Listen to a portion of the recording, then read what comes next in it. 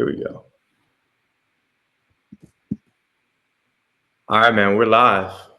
Let's get it. All right, live, my friend. Crownedcast episode 2. Joseph Honeyset. Got my co-host. Yep, Joel Inglewood right here. What's going on, man? How are you doing?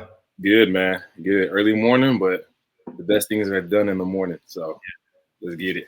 Let's get to it, man. I know we wanted to talk about creating wealth as a Christian and the importance of that, not just as a Christian entrepreneur, but entrepreneurship is the vehicle to ultimately create wealth. You can't become wealthy working a job, a 9 to 5. Not that it's bad, but it's just limiting. And we wanted to talk about that specifically to people of faith because of the freedom that wealth allows us to create. It's not about chasing a dollar. It's not about chasing money, because you can go and make good money as an employee. You can make 6 figures as an employee, but you're still tied up. You don't have that full freedom, and as the world is changing, it's a lot harder to, really step out on your faith. And so, we felt that it was important to talk about that for our episode 2 of the Crownedcast. But, before we get into like the breakdown of everything, like what are your thoughts? What is your opinion on the importance of creating wealth as a Christian? I mean, honestly, I think it's everything, man. Because last time we mentioned like the biggest asset we have is time, and time is like our most important thing. So entrepreneurship allows you to have that time back, so you can either go to your God calling, your God-given calling, or you just have time for other things as well that are important in life, like family, friends, just the enjoyments of life. So entrepreneurship gives you that time back, but it is hard. And so like I think as a Christian entrepreneur, I think it's really important because a lot of times like God will call us something to do that we don't understand or we don't really get. We're just like a vision or a dream. And I think if you're tied down, you can't really focus on that. You're kind of working for somebody. You're kind of you're kind of limited, so to say, which isn't bad. How you talk, you can make money doing that. You can create generational wealth. It just takes longer. I think entrepreneur allows you to cut that time period a little bit shorter, and it'll also allow you to focus on 2 different things at the same time. But it is hard work. So that's my opinion on it. And it's biblically because I mentioned before that all the disciples, even Jesus himself, was pretty much an entrepreneur. Yeah, he was working on his gifts, his crafts, things that he was going to be good at. Jesus was a carpenter. I mean, there was masonry, mason work being done as well for some of the disciples. Some of them were fishermen. So yeah, the ideal of entrepreneurship is biblically. I think it's important. So that's kind of what I'll say right now before we get into it, man. Yeah, I think it's important that we define what wealth is. Is wealth subjective? Is it like the term success? Like people say, I just want to be successful, but being successful means different things to everybody. Do you, in your opinion, is wealth subjective as well, or wealth is actually, defined? I think it's that's a good one, man. Good question. I think it can be defined, but I think it's subjective because, like you said, everyone is different. Everyone's time periods are different. Everyone lives in different parts of the world, and so wealth is like different for everybody. But I just think like it could be subjective because what wealth is truly is basically you having it's almost like you're having that freedom from bondage. And so I think wealth is literally that time you can do whatever you want with your time, when you want it, how you want it. But in order to do that, you need to have some type of resources that allow you to do that. And so I think wealth can be subjective because I think it's about that time piece and that freedom. But it also like it changes for everybody. It's not the same for everybody's situation. Absolutely. Yeah. I just looked up the definition of wealth. Okay. What do you got? An abundance of valuable possessions or money, the state of being rich, material prosperity, and then plentiful supplies of a particular resource. When you say somebody's wealthy, what makes somebody wealthy in your mind? Like, oh, that individual is wealthy.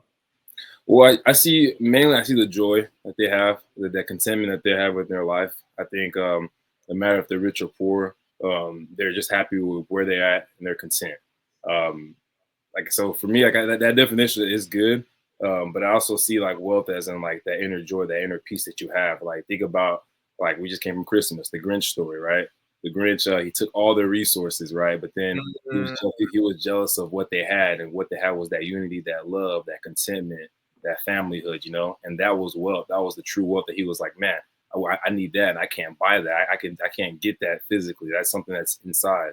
And so when I look at someone who's wealthy, I can see a rich man that's not happy, that hates his life, that's miserable. I don't look at that as true wealth. I can see a poor person that's going through life, that's struggling, but they're always happy. They always spend time with their family. So for me, I look at wealth as like that bondage, that freedom of like freedom from your mind. Like you don't have to go work. You know, you're not in jail. You can go do what you want. You can be happy with what you have. You can have family time. So that's kind of, I look more at wealth that way. So when I look at somebody, look at their joy, look at their peace, and look at how content they are, look at how the way they do life, whether they're rich or poor. yeah. I'm thinking of that first definition of an abundance of valuable possessions. And it, now I'm looking at it as, yes, like wealth is subjective, but it's all about abundance, right? Because it's where you're standing in the world, the valuable possession can change. I mean, the one thing between all of us is we have the value of time. Like we all value time. Even if you go to work, you value your time. That's how you get paid. You trade your time for money. So if anybody gets in the way of that, then you're going to get upset about that, right? Because it's like, hey, like don't take away my time. I have limited resources, but abundance of valuable possessions, right? Somebody in a third world country, like they don't have money, but they got all the goats in the land, right? Like that guy's wealthy. But I agree with your definition of it because, when I think of successful, I think of, yes, monetarily somebody is successful. But when I've always like differentiated success and rich from wealth. Rich is like, just you're making seven figures, but in my mind, wealth is beyond that. You're 8+ figures, but you also have like it's not just that, but it's also you have the quality of life, because you can have a lot of money and not be happy, just like you had talked about. But like you if you're married, you have a successful marriage, like you're still in love 30 years into that marriage, right? Like your kids respect you, and when your kids are older, they want to be around you because you were a successful parent, right? So you're modeling how to live. You're abundant in all areas of life. To me, that's wealthy. That's that wealth that I want to obtain, because if we're here on earth, as far as I know, right? We're here, right? Like we're in our physical bodies, and God calls us to live our life to do our best while we're here, right? God doesn't like laziness. It talks about that in the Bible so many different times. So we're supposed to strive and become the best version of ourselves. So this obtaining of abundance is so necessary, so we can do all the other things that we need to do in life to create wealth, right? It's like if you give your best each and every single day, how could you not go and achieve that success in those individual areas, those individual boxes or compartments that make and increase your quality of life, that lead to wealthiness, if that makes sense? Yes. I think I think it's what you said, man. You gotta practice your craft. You gotta be good at what you're good at. So whatever you're at, even if you are doing on the 5, be the best at that. Because that'll trigger effect to everything else you do in life, man. So and then let's say you get into entrepreneurship, that drive will make you successful in entrepreneurship. So wherever you're at in life, I think it's about working it to the best ability you have. Like you can't, don't worry about the outcomes, but you can't put the input in. Like you can't put that work in. And I think you can do that. So that's huge for entrepreneurship, man, and just life, honestly. But yeah, I like this. I like this. Absolutely, man. I'm trying to look as we're talking. I know there's a verse in the Bible that literally talks about doing your best each and every single day, and I don't know it. I'm trying to look for it. we'll have to refer back to it. But, that kind of leads into the, creating wealth as a Christian. And we wanted to focus on four specific reasons why that matters. The first being stewardship, right? Proverbs 13:22 says, a good person leaves an inheritance for their children's children. And that led into exactly what we were just finishing up on beforehand, is being the best in all areas of your life to create that wealthiness, and that's what creates wealth, right? And so to be able to leave something for your children's children, number one, your children have to want to receive it from you. If your children don't respect you or didn't appreciate the way that you brought them up, then they don't care how successful you are. It doesn't matter, because you could have all the assets in the world, but if you weren't there for them, if you didn't provide for them emotionally, they don't care. Yeah, they don't really care. Because to you, it just literally doesn't matter. And so, I think that's super important when it comes to that stewardship, man. Go ahead and talk about that when it comes to stewardship. No, I think it's key, man. Because like, for example, I'm not gonna mention names, but I have a good mentor, man. Super successful guy, he's super wealthy. But he always tells me about his kids, the problems about his kids, and what I hear his kids say is like he's never there. He's always on the phone, he's always working, but he's always like, but I'm providing you a gift, so I'm giving you this, giving you that. And for the kids, like they don't really care about that. They're gonna remember how dad was when dad was there. And so like, man, I think wealth is the vehicle you get there, but it's also the other parts of life, man. I think when you understand that part, that time piece where we're going back to that, I think that's the most important thing. And man, I think like I like the part where you put stewardship. Wealth is a gift from God. I think people forget that. People forget, they feel like they did it themselves. They have to continue doing it, but they don't understand that God brought them that for a reason, for a time period, whether it's for a season, whether it's for their lives. But it was a gift from God, and I think people forget that. And so when you forget that, then you forget about the stewardship part. You don't want to manage it correctly. Like you're not there for your team members. I have a weakness in that. When I'm leading team members, I'm always thinking about the outgo, but I'm not pouring into my team members. I'm not pouring into them and trying to help them out for whatever they're going through. I'm just thinking about the end goal. So it's not just about stewardship by your money, but it's also about the responsibilities God's giving you, whether it's your family or if you're leading a team or leading a business. It's mainly about that, So when I look at when I think of stewardship and like entrepreneurship, I really look at the people who God's put you around, and that's what you need to focus on. Because going back to our first call is to share the gospel. Obviously, making money is a part of that, but we got to share the gospel. We got to be in the light, which is it can be other different ways, whether it's helping someone physically or just praying for somebody or just being there for somebody. I think that's the main purpose of life, right? And so if you talk about stewardship, whatever God has given you in this time period, you need to manage that. You need to understand. You need to be around those people, because that's what's going to last. You want to leave a legacy. You want people to remember who you were and what you stood for, not just, oh, he was a rich person. He was wealthy. He was that, but we never saw him. And so I think I look at stewardship as like, that the people, the resources, how do you manage that, and understanding that it comes from God first. When you understand that, then you can have stewardship properly.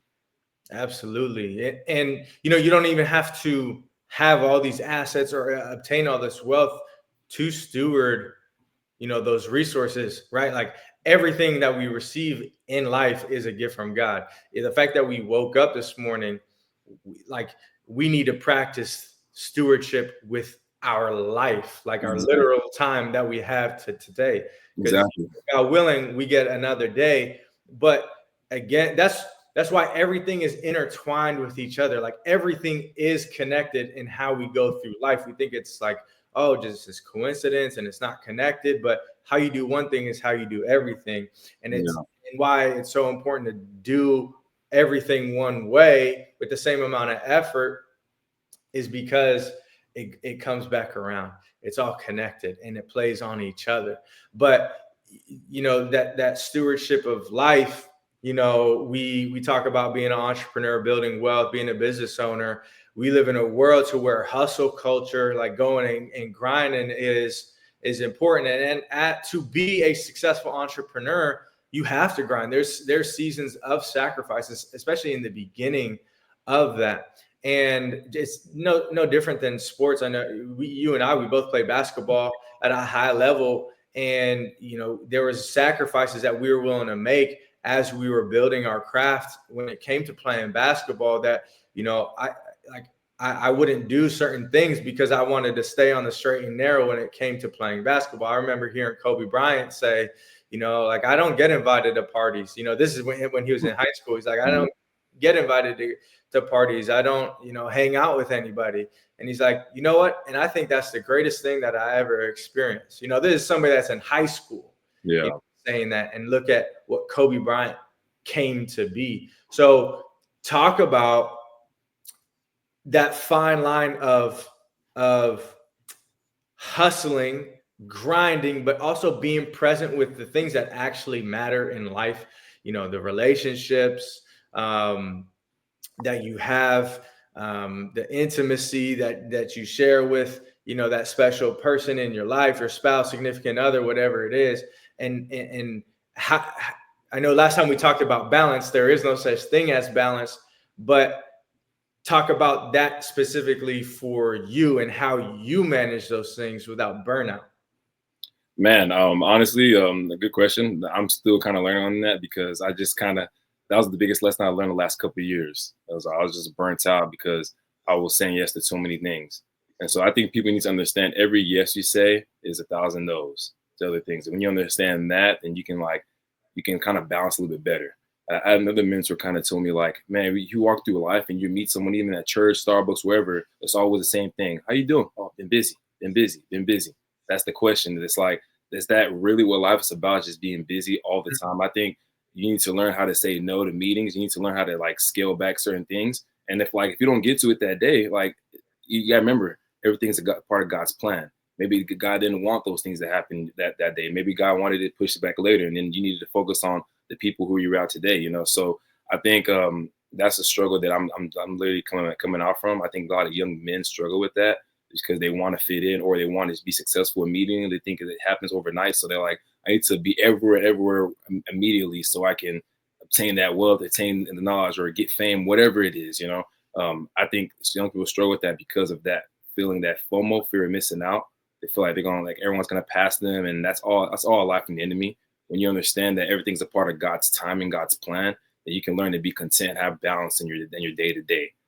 That's where it starts from. I think when you wake up in the morning, you thank God for life, you're blessed, and you understand that God gave you this day for a reason. You understand there's a mission in that day God gave you. And so it's not about you trying to fill your whole schedule every day with everything that you want to do. It's about recognizing what's more important and what no's do I need to say today, And so going back to that Kobe Bryant story, man, that was huge. And I had a friend too in college, man. He ended up playing NBA, and I remember he kind of told me the same thing. Like, man, he didn't go to parties. He didn't do anything outside. He was always in the gym, whether it's in the morning, at night. He was always there, and he made it to the NBA. You know him pretty well as well too. So I used to look at that and say, man, the sacrifice is the biggest part. Learn to say no to certain things. That's when you understand that part, then you can kind of move forward your day-to-day activities or your practices. So balance is hard, but learning to say no and learning to structure your day around what's more important and what's secondary and what's third, then you can kind of have that. You're not gonna feel burnt out. It's gonna be the things that you do throughout the day that you're gonna be happy that you're doing it because they're a priority. The things you don't get to, you're not gonna be stressed over it because it wasn't a priority. You can always move it back the next day. You're not gonna miss anything.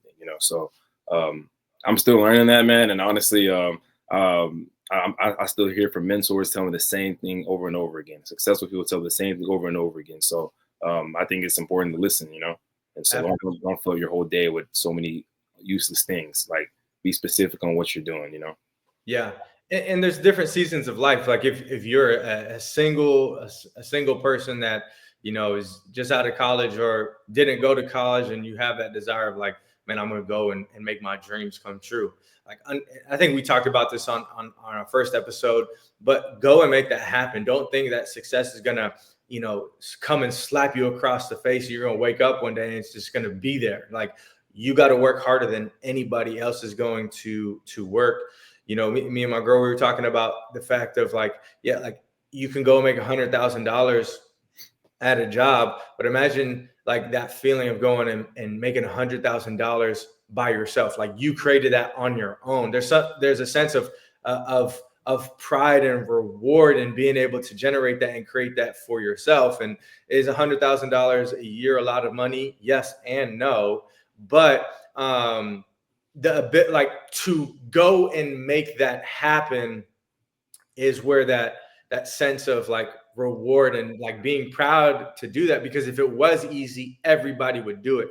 I think about the percentages of businesses that start and fail in the United States of America. I think the statistic is 95% of businesses fail in the first 5 years, and then in the next 5 years, 90% of those businesses fail by year 10, right? And so it can be a long road to that. I do believe the age that we live in with the internet and accessibility to knowledge and information and how to scale and build a business is a lot more prevalent, but those statistics still remain the same, right? So I always ask myself these questions: how hard are those people working, right? How hard are they actually focused on making that a true priority? Where is their mindset at? And you can't really worry about what other people are doing. All you can do is focus on yourself. But when you're young, have that season of like getting with your homie and it's like, all right, man, like, let's go. Like they got to be in the same mindset, but like, hey, let's rent an apartment together and let's grind, right? Like when you're young, you don't really have that many priorities. So that's the season to do it. But understand that there is that being burnt out.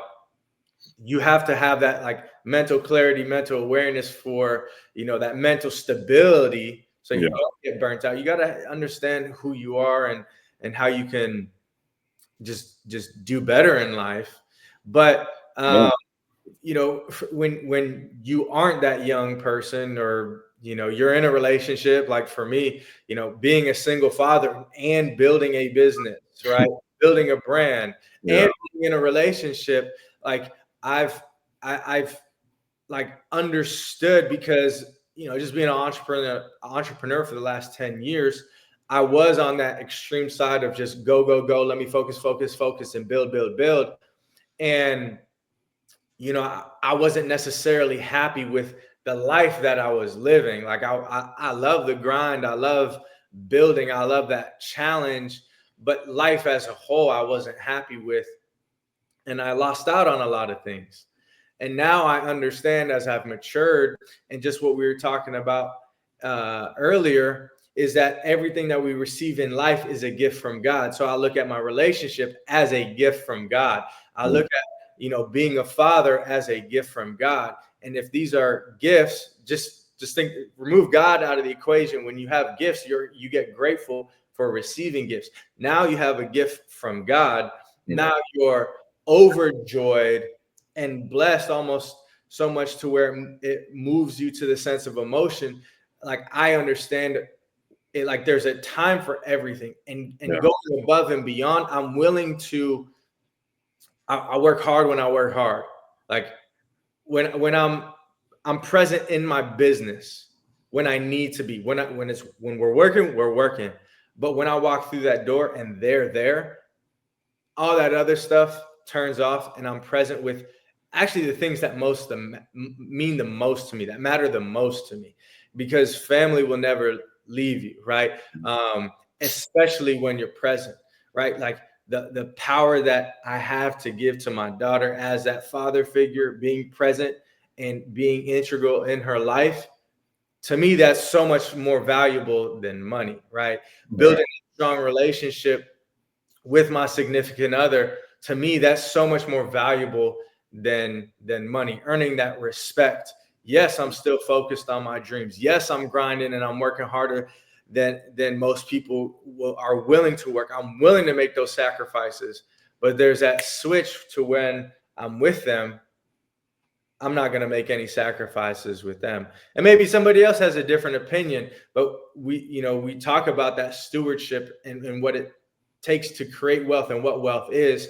To me, it's all of that. And if there is no balance, I got to, equally, distribute 100% to all these different categories, which is hard. But if you can turn a switch on and redistribute the energy, it's a lot easier to go and make that happen. Yeah, dude. No, you hit on the head, man. Because going back to what we talked about, inheritance, like leaving inheritance for your children's children. It's not just the money part. It's more of like even your practices. Like, let me give you an example. My dad, man, like he's a huge prayer. Like all he does is pray, pray, pray, pray. And so as a kid growing up every night around 9 o'clock, the dad was like, Joe, get your brothers and sisters. We got to pray.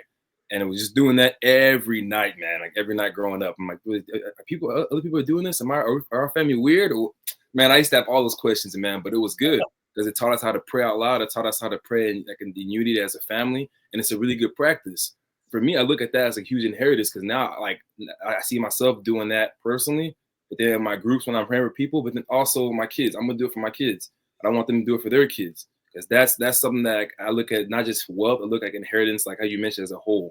Like focus on what matters, where your children's children are going to do 30, 50 years from now, and like how you said, like man, like when you get home, you focus, you're present with your family. That's what they're going to remember, and they're going to take with their families, and they're going to take with their families, and now God is blessed through that. It's not just about the funding or the finance part. It's about like the way you live life too. So when you say that, I'm like, you're basically leaving inheritance for your kids, man. You're like you're making that priority that hey, that's more important. So your kids grow up, they're like, my dad was super busy, but he always found time for his family. He always found time, and I hear those stories a lot, and I see those kids, they do that to their families, and that's like an inheritance their parents left. And so I agree with you 100%, man. And I also think that there's a lack of mentorship, man. Like there's a lack of like young men receiving mentorship because like we hear those stories, like the Kobe Bryant stories, but Kobe, man, he was a student of the game.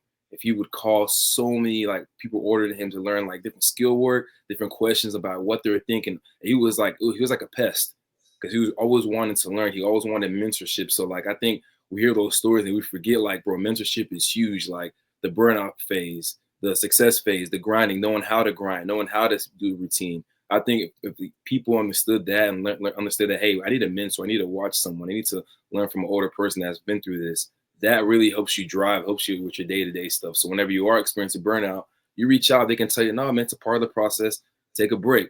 So I had a lot of mentors kind of told me, hey, take a year off from like ministry work, start grinding your business more instead of like all this volunteer because I was burnt out. And for me, I was just trying to figure it out. But when I heard a bunch of mentors kept pouring into me, telling me the same thing, I'm like, God, I feel like you're speaking. I'm like not listening. So I actually need to take this break and like reset. And so understand that it's a part of the journey. So it's not just me. I'm not going through it by myself. I'm not going to be depressed and sad about it and blame myself. I'm going to say, no, it's a part of this season I'm in. I need to be content with this season and understand this is a restful season. But I wouldn't learn any of that if I didn't have mentors pouring into me. So.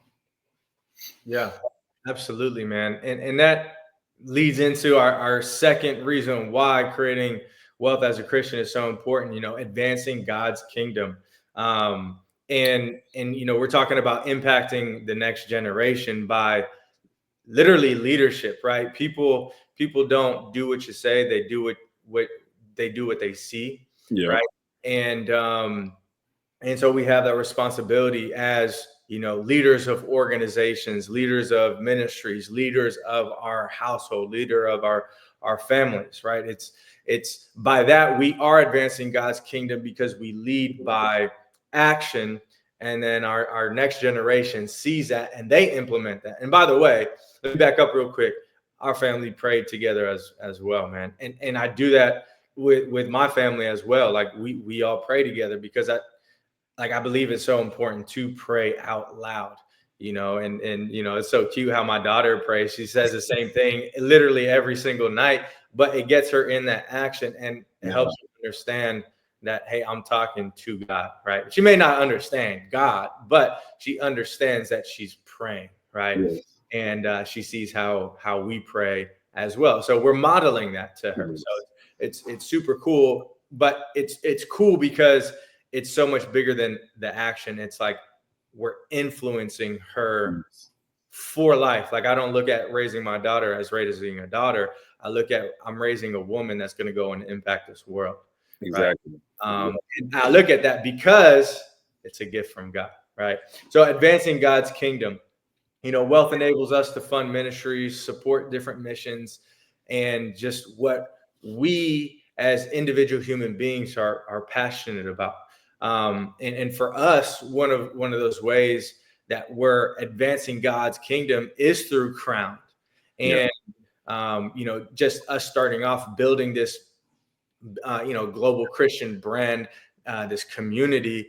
I know a few days ago we were talking about one of our posts from last month, and it had reached on Instagram over 13,000 different accounts and profiles, right? And I was just thinking about like, and it was Bible verses for Christmas.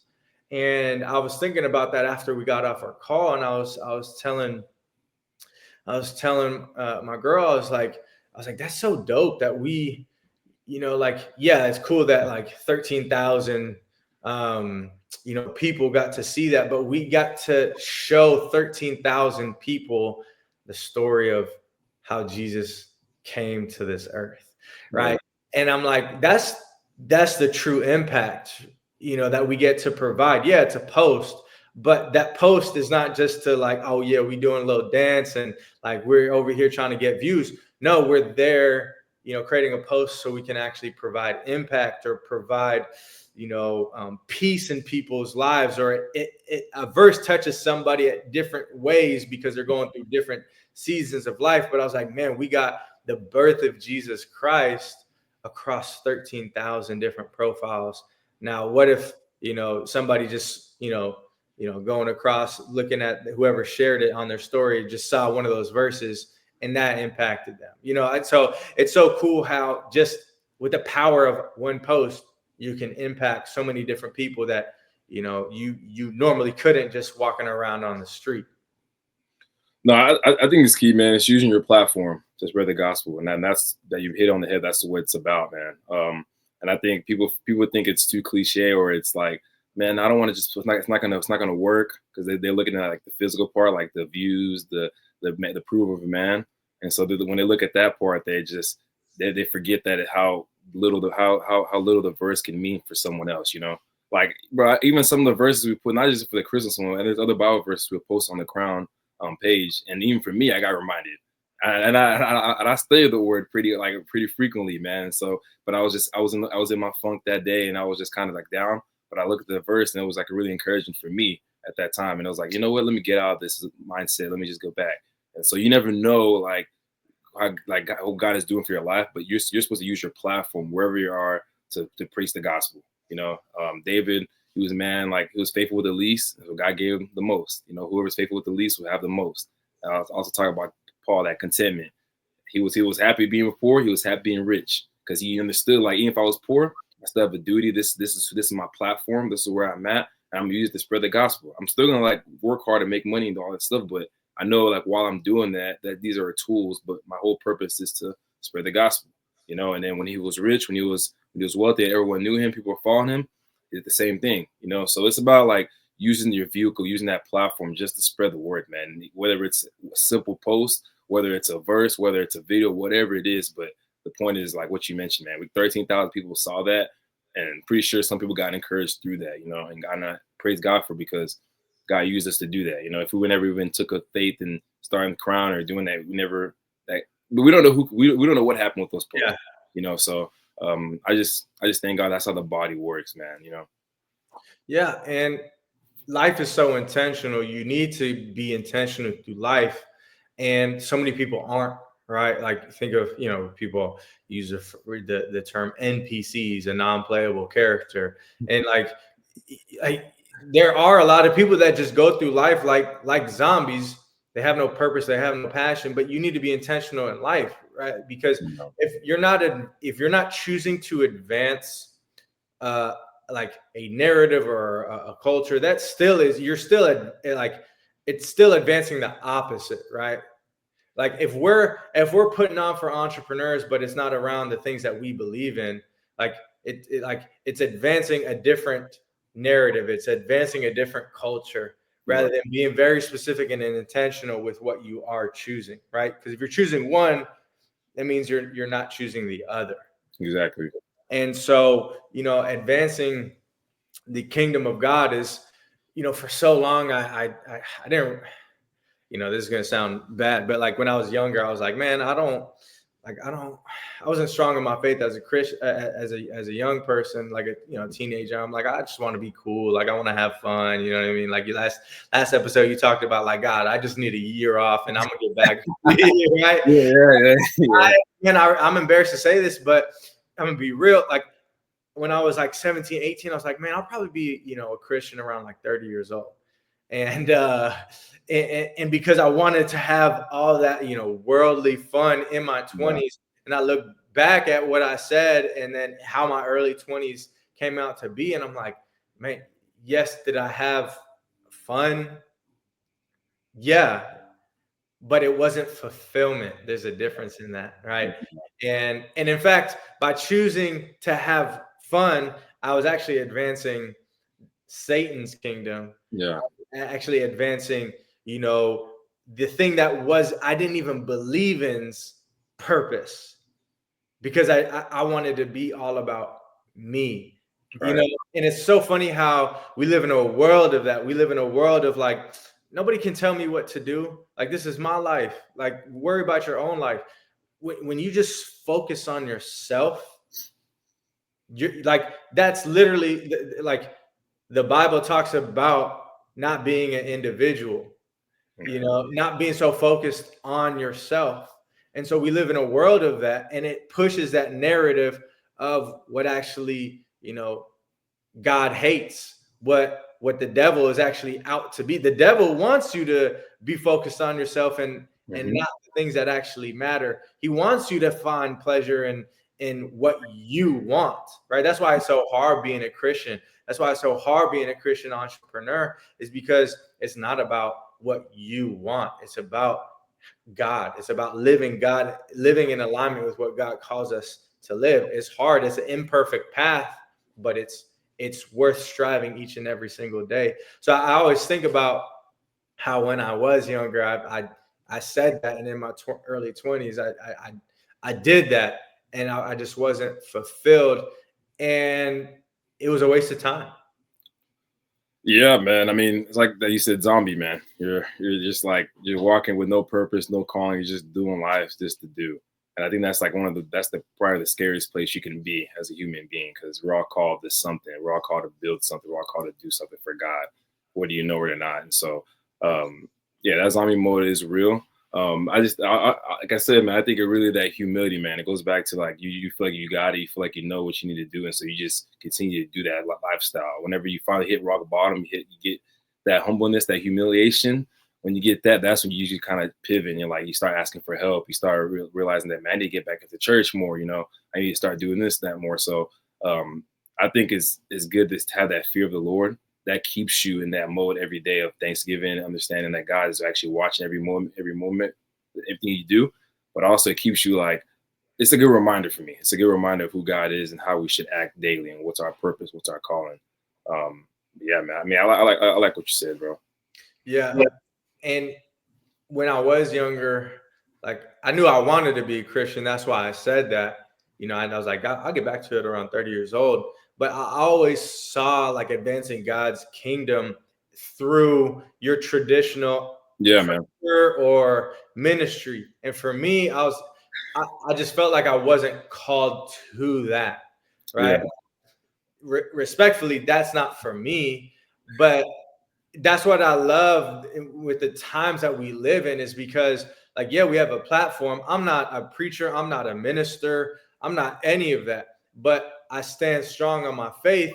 Yeah. And I'm able to, as a business owner, as an entrepreneur, as somebody that's building wealth, I can use my platform to talk about the things that impact me the most, which is God, which God calls us to be wealthy, which God calls us to be business owners, which Jesus was a business owner. The people around him were business owners, right? And so we get to talk about those things, influence and permeate those different cultures that, business, entrepreneurship, wealth, finances are into, right? And I think that's one of the coolest things that we have at our fingertips. That's why it's so important to say your piece, say what you need to say about the things that you believe in, even if you disagree with us, even if you're like, nah, I'm an atheist. And guess what? You have a platform to go and push that. I don't believe that. I don't believe in what you're saying, but you also have a platform to say what you believe in as well. Yeah, bro, I was the same way, man. I used to get prophesied, you're gonna be a pastor, you're gonna do this. I'm like, bro, I'm not a pastor, bro.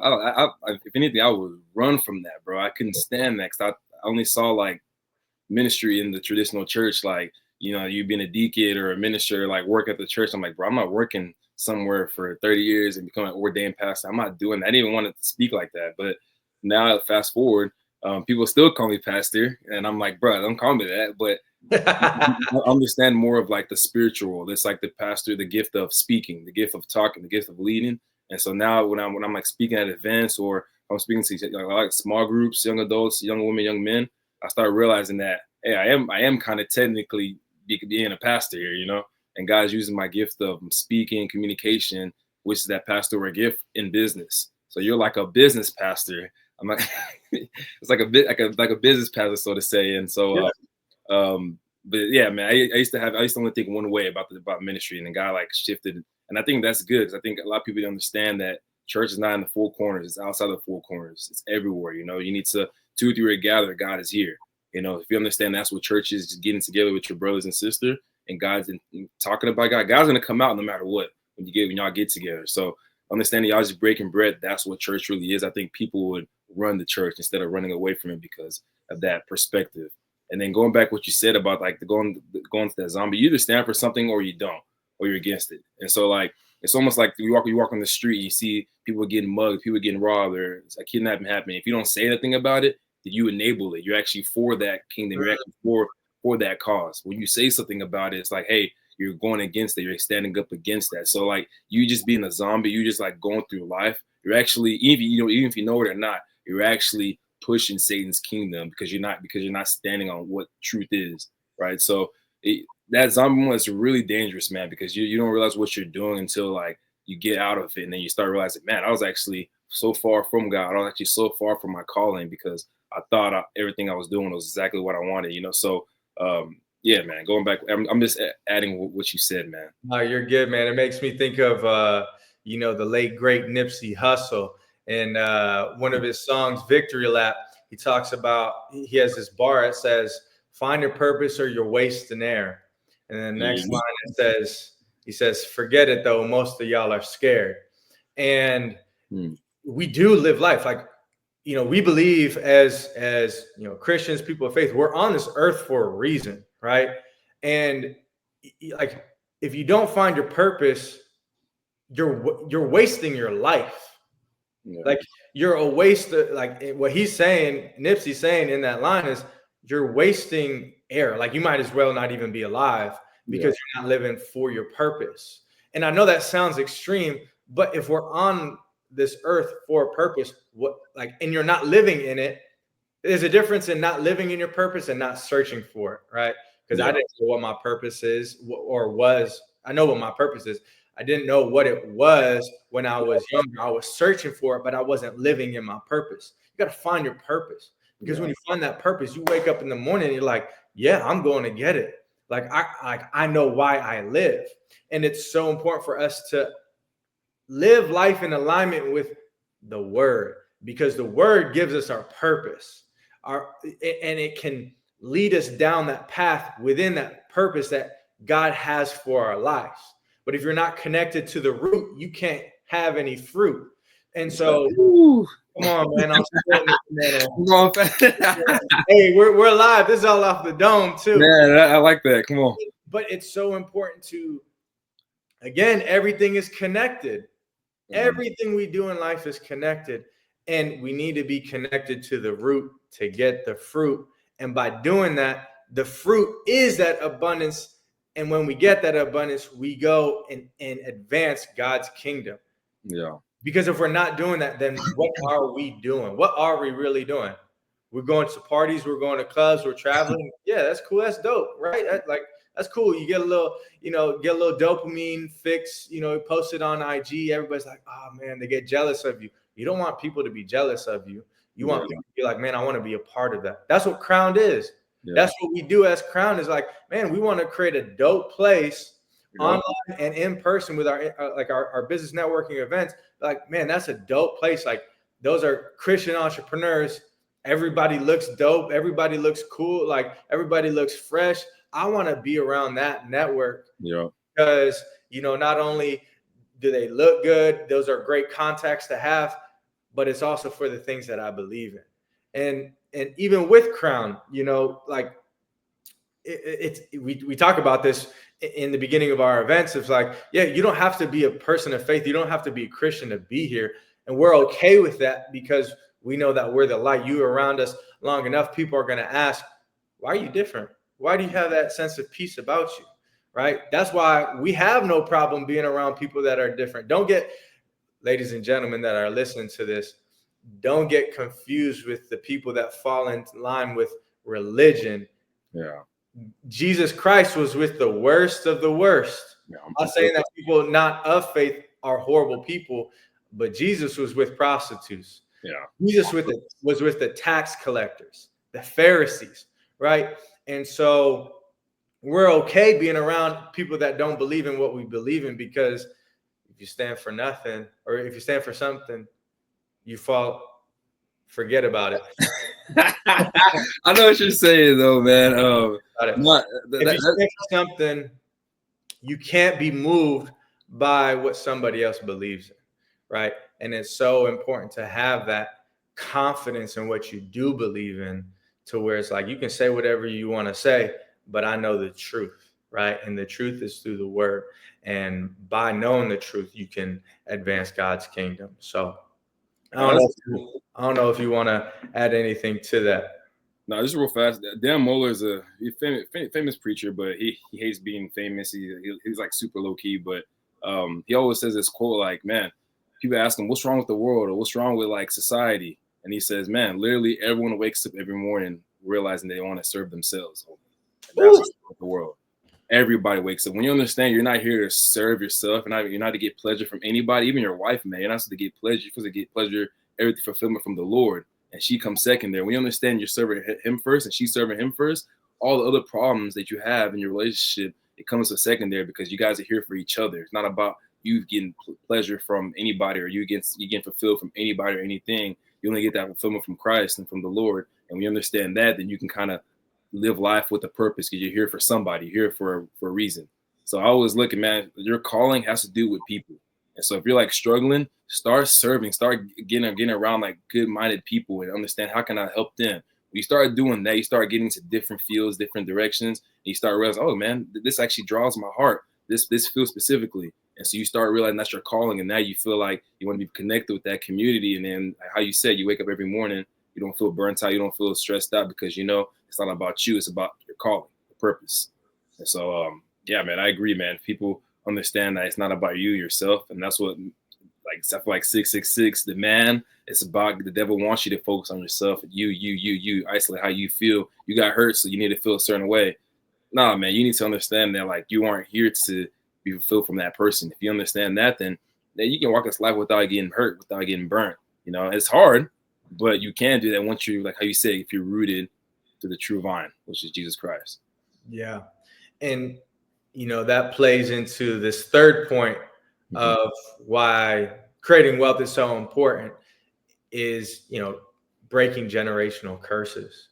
By living through the truth, by studying the word, being connected to the root, you're able to break generational curses. We all have them. My dad and my uncle, they retraced my dad's side, all the way back to like the early, I think like 1200s, 1300s. And what's crazy is for literally generation after generation after generation after generation in my family, all the father figures left the home, were alcoholics, and were sent to jail. And it like this goes way back. Like I'm talking about like centuries, right? And obviously all of that is connected because of what happens, right? Like it affects people, right? And if that's all that you saw, and like my dad was like this, my grandfather was like this, then like you just get influenced by that, right? Mm-hmm. Subconsciously or consciously. And it wasn't until my grandfather, my great grandfather, that he wasn't present. He wasn't a good dad from the stories that I heard. But then my grandfather was there for my dad, and then my dad was there for me. Like I love my father. I love all the things and the wisdom that he's provided for me. Now I can go and take that. But all it takes is one generation to change the course of a whole family tree. And a lot of times we don't understand like where we come from or the things that we deal with internally. Like there is a DNA makeup that we have that does get passed through generations. And so like the first step to change is awareness. If you don't know your family history, your family tree, you can still understand where you came from, right? Like, and it's so important to, I think about the story you're telling us about your dad and how God prophesied over him, and just that willingness to act on that. Think about all the generational curses, the generational change he broke by following God's word to him. So important. We go through life and we think that each and every single day is just another day. We're expected to have another one. And this is why intentionality is so important. This is, we're in the new year. It's so important to have those goals written out, or, a destination chosen so you can work to get to that destination. If you have no destination, you're hitting it. The next 5 years, you're already at that goal because there was none. And I say that to say is you got to understand how you want to live life. You want to be able to identify who that person that you want to become is, right? Like when I'm molding myself as a man, I'm like, all right, this is how I want to be in my marriage. This is how I want to be in my faith. This is how I want to be as a father. This is how I want to be in my finances, my business, so on and so forth. I break those categories up so I understand what that looks like, what that pinnacle looks like. And then I need to figure out how to reverse engineer and get there. Because you reverse engineer, you know how to get there. Right. And so it's so important to have that destination so you can break those generational curses. Yeah, I mean, you kind of brought it up, man. My dad, that's what I was going to talk about. Just, man, if my dad didn't take that step of faith and like, actually, God, this is you. I believe this. Let me try it. Let me actually take some steps into it. I'm like, I wouldn't be here. If anything, if I was still alive, I'll be in Africa. And so I'll probably recreate that same trend, But pretty much where my dad came from, man, like this dirt poor village and where he's living at now, where he's pretty much like did a flip, man. He's hit the lock. He came up huge, but all came from him like pouring like the root, right? Tying to the root, which is the true vine, which is Jesus Christ, hearing what God is saying, what the Holy Spirit is saying, and then him acting on it. You said that reverse engineering, like him going to America. What's the next steps from there? All right, before we get there, we need paperwork. We need to get the visa. We need to go through the process. We need to apply for all these different things. He knew how to get there once he understand that that's the true destination that God told me and my family to do. And you have to understand too, man, people who have callings, who have purpose, once they get that purpose and calling, they feel like they can go run through a wall. Which you feel like that you can, but there's gonna be people against that. Whether it's people, whether it's forces, Satan, they're gonna be against that. So like, don't get down on yourself whenever bad things happen when you're doing something that God called you to do. Because my dad could have looked at all like it was crazy struggles, man. We all came separately. Me and my mom slept in the airports for days. We slept with random people. Like the story, man, you would think that, man, the God really asked me to do this. Maybe I should just stay in Africa. Let me just stay comfortable where I'm at. Let me just do that. Maybe we'll be all right. But my dad was like, no, he didn't look at that as like setbacks. He looked at it as like opposition. But he knew that God, the greater is he with us than who was out in the world, right? He knew that God's with him. So it's like, you know what? I'm gonna keep pushing through. I'm gonna keep pushing through my steps. I already have the steps in place. I'm gonna keep going with that, and then I'm gonna let God worry about the outcome. And I'm just gonna apply that, you know. And so what you said, man, putting things on paper, put things on the board for your goal for your next 5, 10 years, whatever it is. You're not supposed to worry about the outcome. You're just supposed to worry about the day-to-day steps. Let God worry about the outcome. And when you understand that, then it's not a lot of burnout. Burnout comes from a lot of like pain, hurt. I put so much effort in this and I didn't see the results that I wanted. And so, you know, I'm going to give up and quit. That's when burnout usually happens. But when you're connected to the true vine, when you go back to God and whether it's worship, meditation, prayer, reading the Bible, just spending time with God or his people, you start getting that joy back. You start getting regenerated back, and you start seeing like, man, the setbacks, it's just setbacks. Let me continue to go forward. And that's why I think it's community like Crown, being around Christian mindsets that helps you, man. You hear perspectives, you hear testimonies of people who have been through what you've been through. And then that's kind of mentorship. Going back to what I talked about earlier, you hear those perspectives, and now you understand that, man, it was just a setback again. I'm more encouraged to keep going. But like I said, you need a community. You need your long time with God, and you need to press into the root, man. If you press into the root, I'm telling you, that burnout, that frustrations, all those things start ceasing. Absolutely. Yeah. And we live in a world where, mental health is very important. It's talked about all the time, but and also trauma is talked about a lot of the times, but, trauma, it's almost held on to in the sense of like a victimization. Not saying that people don't go through certain things, like we all go through things, but there's that story of the two twins, and their father was, a murderer and a robber, and he went to jail. And then, they interviewed one of the sons, and he ended up living the same life as his father did. He got arrested, went to jail for robbing and killing. And they asked him, they said, why did you do all of these things? And his answer was, well, with a father like mine, how could I not? And they went and they interviewed the other son, who ended up becoming successful and had a family and just went a completely different path. And his answer was the same. He said, with a father like mine, how can I not? So we all take situations differently because we have personality. We're all different human beings. But when you go through certain things in life, you can't hold on to them. Like, that's not healing. By holding on to your trauma, you cannot heal. You make yourself a victim, and you hold yourself in a prison cell. And you can never become what you're intended to be because you're holding on to the damages and the hurt that happened to you, which are real, which are serious things. But it's so important to understand how to heal. You need to heal in order to break generational curses, right? Like, people that break generational curses, it's not like their life is perfect. It's not like by being a Christian, I'm never going to go through resistance. And in fact, you're going to have the most resistance, right? Because like you said, you're going against what Satan is wanting you to go through. Of course. Yeah. And then, by the way, if you have a platform and you're getting that out, you're going to go through more resistance because there's more eyeballs on you. You're posing a bigger threat to the enemy, if you will, exactly. Right? And it like, take that resistance as a badge of honor. Yeah. Because if you're doing nothing, you're not going to go through resistance. You're not going to have all those things. But breaking generational curses is so important. And again, I'm just going to keep on bringing it up. Everything is connected to everything. And so we talked about this sense of the world wanting to live through me, I don't care about anybody else but me. When you live for a sense of yourself, for just living through the purpose of yourself, you don't care about breaking generational curses. You literally don't, because you're not thinking about the next generation. You're not thinking about like, oh yeah, maybe in the next 5, 10 years, I want to settle down, have a family.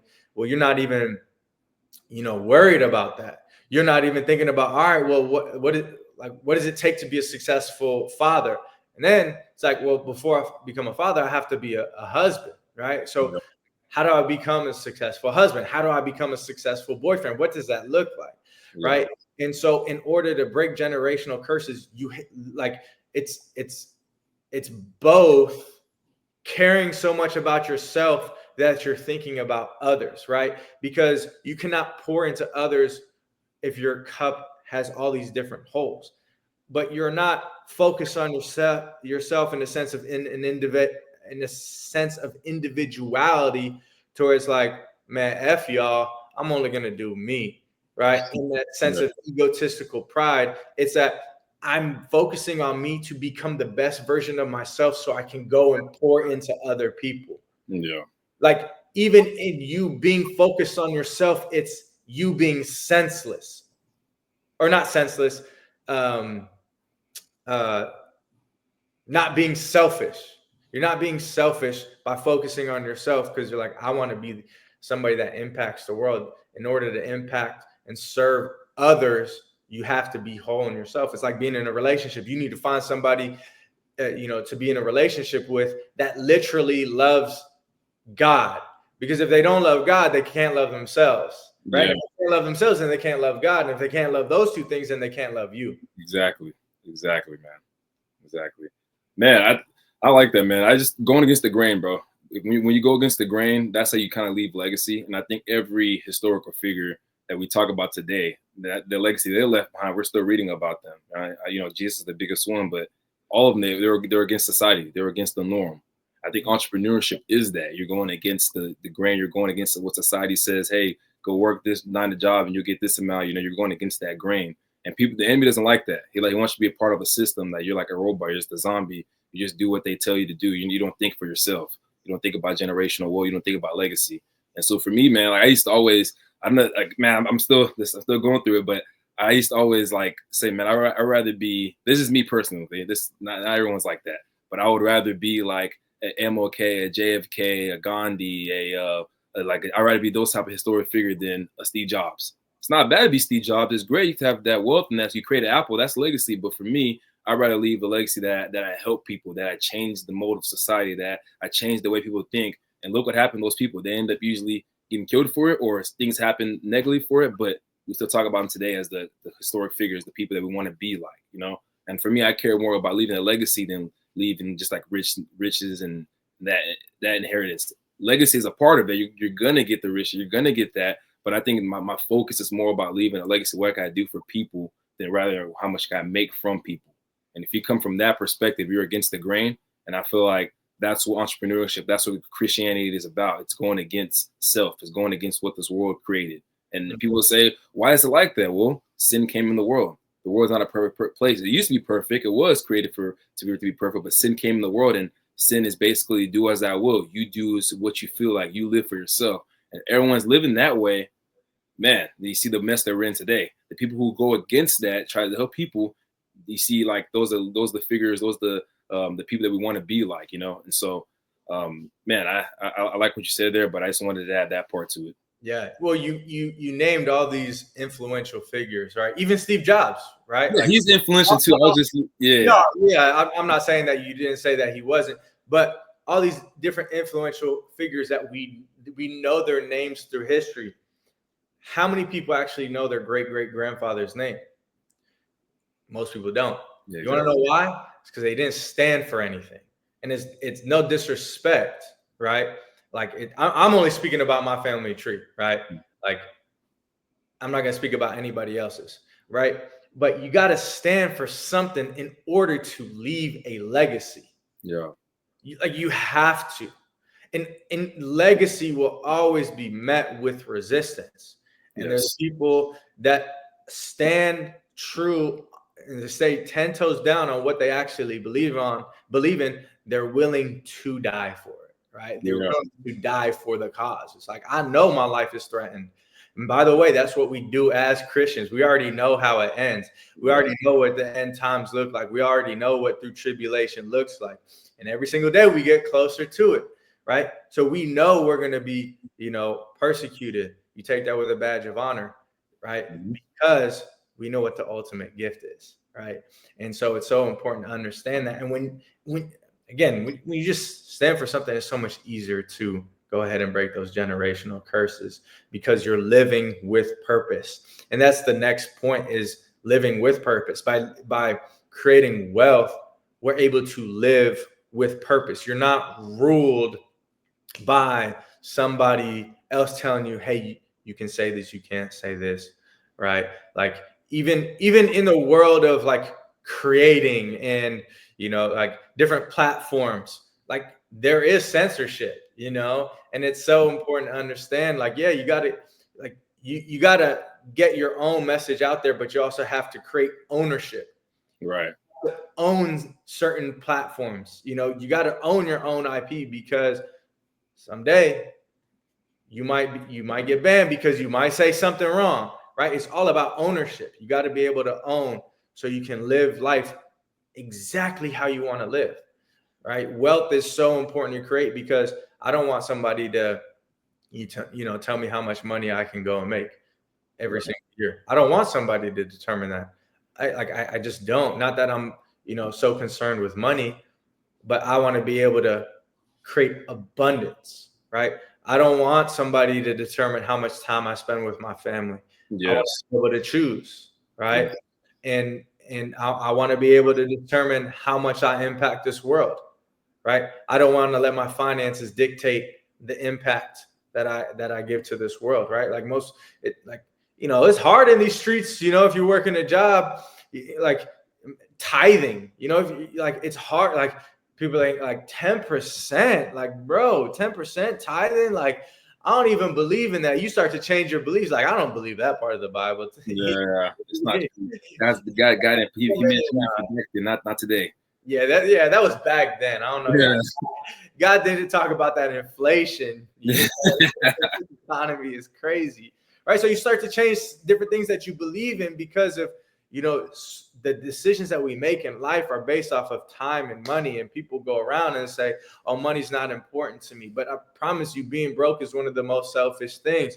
By not creating abundance for yourself, it is one of the most selfish things that you can do, is because you're only focused about you. You can't go and impact the world. And like, yes, we need to go and make a living for ourselves. I'm not saying like, if you don't want to be an entrepreneur, that's fine. It's not for everybody. We talked about that. Yeah. But by living through purpose, creating period for yourself is going to go and allow you to go and impact other people by living through your purpose. Nah, you hit on the head, man. I mean, simple. The Bible says you got to fill your own cup before you can go fill someone else's cup, and that requires spiritually, internally, but also just financially. You can't go help a lot of people if you don't have the finance to do that. And I felt victim of that, man, because I used to say yes to so many ministries, try to go volunteer at so many events. Why? Because I was like, God, I'm doing this for you. I'm doing this for you. And I would sacrifice a lot of my resources, and all in the name of God, all in the name of Jesus, right? But I don't think Jesus asked me to do that. There's some things Jesus asks you, God asks you to do that are good things, but then there's some things God asks you that are God things. I think you need to focus on the God things instead of just the good things. So there's going to be, and Jesus even said, the poor is always going to be here. There's always going to be a need for other help. But spending time with Jesus, spending time with your calling, your purpose, what God calls you to do for that day is more important than just you trying to go be 1,000 places and say, hey, God, I fed 1,000 people. And God's like, well, you didn't feed your neighbor. You didn't call your brother. You didn't talk to your mother then. That's all I wanted you to do. And so, I always tell people, remember the God things, not just the good things, And so, but I think that's living with a purpose, man. When you figure that part out, your day-to-day stuff, I think you can kind of live with a purpose daily without feeling like super strained, without feeling like unsuccessful, without feeling like you're not worthy. We're all worthy. We're all kings and queens. I've mentioned that many times. Yeah. But the devil just keeps you isolated. And isolation is the key that he does. Keeps you to yourself, keeps you by yourself, keeps you depressed. And now you're only thinking about you. And so like I'm not saying anything bad about people who are depressed or going through, because I've been there. But I understood for me coming out of this, because I just worried about me. I was hurt. I was in pain. I was mad. I'm never going to do this. I was mad at God, all these different things, and that was selfish of me. Whenever I started getting back out there and just like reaching out to like, not nothing crazy, nothing big, just small things, reaching out to some friends, reaching out to brothers, praying with them. I started realizing that my cup was starting to get filled again, and then God was like, that's your call, that's your purpose. You need to go out and start doing that stuff more, and you'll feel fulfilled, you'll feel more rewarded, and that got me out of my depression, but I wouldn't know any of that if I didn't, again, go back to what we said. If I didn't tie myself to the true vine, the root, then I wouldn't even know anything of that, so I think it's really important as entrepreneurs, as ministry leaders, as nonprofits, as people, you got to be plugged to the root. And if there's any issues internally in your life, the stuff externally you can't fix. You're not perfect, right? You can't make it happen. But internally, you can fix that. And then the only way you can do that is by tapping into the true power, man, the true vine. Absolutely. Yeah. The only thing you can control in life is your actions and your attitudes. Mm-hmm. That's it. When you understand that, life gets easier. But like this is funny to me, right? Because living with purpose, you got to find your purpose. Otherwise, you're wasting time. And the devil can distract you by doing good things. The devil can distract you by doing good for others, right? Because you're doing good for others. It's that conversation of busy versus productive, right? Like you're busy, but is it leading in the direction of like furthering your business? Yeah. If it's not, then it's not serving the purpose that you actually need it to serve, right? And so the devil can work in the same way, right? Like people think that Satan, the devil, can distract you with all these bad things. No, he can distract you with things that are like, man, I'm doing so good in the world, but he's distracting you from your purpose in life. Yes. That was me, man. And I think a lot of young people go through that, but man, that's another reason why I'm super happy about Crown. I think being in a community of other people who are different from you but went through the same experiences, that helps you from isolation, but also helps you see other people's perspective, man. So that's the reason why I'm super happy about Crown. I'm excited about it. I'm happy as globally because it's not just a Dallas thing or a Texas thing. It's like, man, these people in Asia need to have this. There's people in Africa, there's people in South America, Antarctica. No, maybe, man. I don't know, man. But reach those polar bears, man, the Eskimos, man. But all I'm saying, everyone needs community. Everyone needs family. That's what continues. That helps your drive, helps your motors, helps you keep going. So. Absolutely, man. Yeah, I mean that's that fourth reason why wealth is so important, and we felt like it was so specific to touch on. I don't know if you wanted to touch on anything else related to any of those different things. No, I think it's pretty good, man. I really like that breaking generation change part. That hit me a lot deep, man. Just because that's what we're supposed to do. Go against the grain. For other people. So. Absolutely, man. I want to read this. 2 Corinthians 9:11. It talks about everything that we just talked about. You will be enriched in every way so that you can be generous on every occasion, and through us, your generosity will result in thanksgiving to God. I like that, man, because I know I think it was Paul, man. I don't know who wrote that part. I believe it was Paul, but basically talking about through their suffering, through them going against the grain, the others are gonna receive that blessing that God has through them, through what they went through.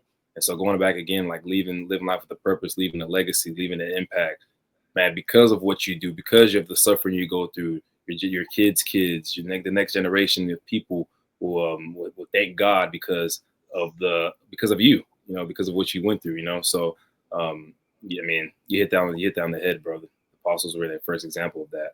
That's what we're living today, through their sufferings, through their beatings, and how Peter was like, we're blessed through this. We're blessed through this. Why? Because he understood that today, Joseph Honey said, and Joel and Guru will be talking about this for the next generation, but we wouldn't be here without their sufferings and what they went through, So, that's real. That's what it's about, man. That's the Christian life right there, man. It is. You had said something that stuck out to me, going against the grain. The way to live is to go against the grain, right? We're talking about creating wealth as a Christian. Well, creating wealth is going against the grain because we're taught, go to school, get a good education. You get a good education, you go get a good job, and you work till you die, basically. That's what everybody does. Mm-hmm. That's what everybody does. Creating wealth, you're going against the grain. You're fighting the system, right? Because the system teaches and molds everybody to go be a part of the system, to go trade your time, your life, which is the most important thing, for money, the least important thing. Right? By going against the grain, you're spending money to buy back time to go and live life through your purpose. Yes. The Christian, you're going against the grain. The whole world is against you.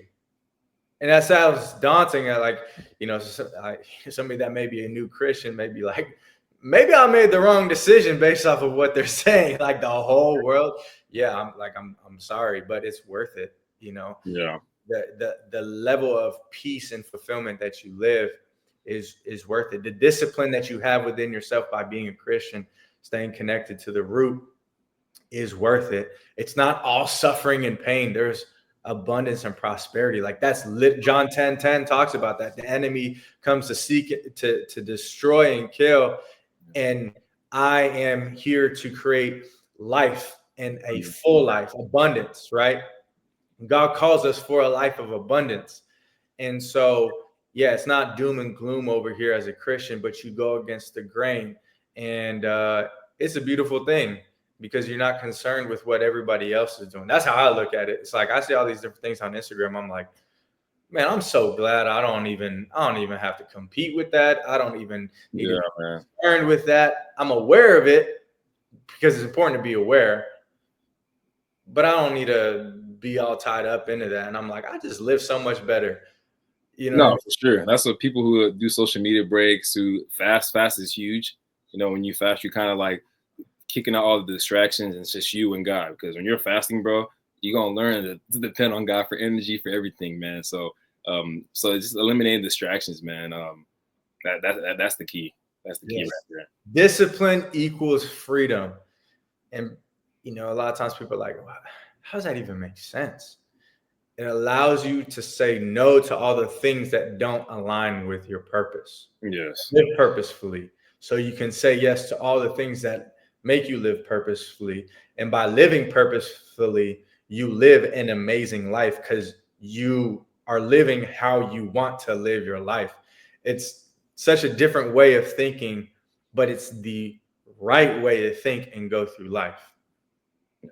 No, I mean, it's crazy to me too, man. Every movie, all the Disney movies you grew up watching, all the kids, those love. That's what the story is about. There's always a main character. He's prideful, and then he gets humble, and then he starts understanding what life is truly about. And then we watch those movies. It's like, man, that was a great movie. That was a great. But it's you.